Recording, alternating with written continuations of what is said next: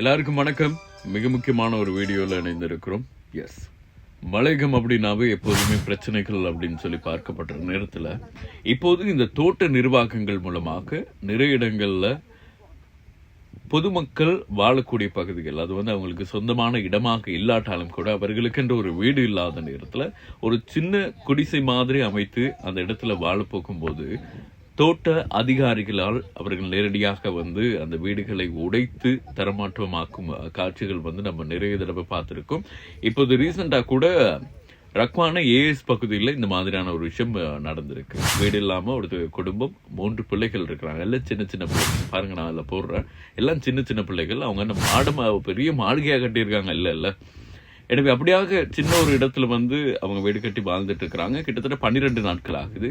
அந்த வீட்டை தோட்ட நிர்வாக அதிகாரிகள் எல்லாம் சேர்ந்து உடைத்து இருக்கிறாங்க. இந்த மாதிரியான சம்பவங்கள் இப்போது அடிக்கடி இடம்பெற்று கொண்டு இருக்கிறது. அந்த சின்ன பிள்ளை முகங்களுக்கு சரி கொஞ்சம் கருணை காட்டி இருக்கலாம்.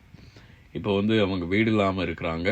அதுக்கு உரிய நடவடிக்கை எடுக்கப்பட வேண்டும் என்று சொல்லிட்டு இப்போ மலையக அரசியல்வாதிகள் நிறைய பேர் இருக்காங்க. புதிய அரசாங்கம் இருக்கிறது. மலையக அரசியல்வாதிகள் கண்டிப்பாக இந்த மாதிரியான விஷயங்கள்ல உங்களது முழுமையான கவனத்தை செலுத்த வேண்டும் அப்படிங்கிறது என்னோட பர்சனலான கோரிக்கை. அது நேரம் இந்த நாட்டில் ஒரு குடிசை அமைத்து கூட ஒரு இடத்துல சுதந்திரமாக வாழ முடியாது அப்படிங்கிற நேரம் அரசாங்கம் சட்டங்கள் அப்படிங்கிறது மிகப்பெரிய ஒரு கேள்விக்குறி.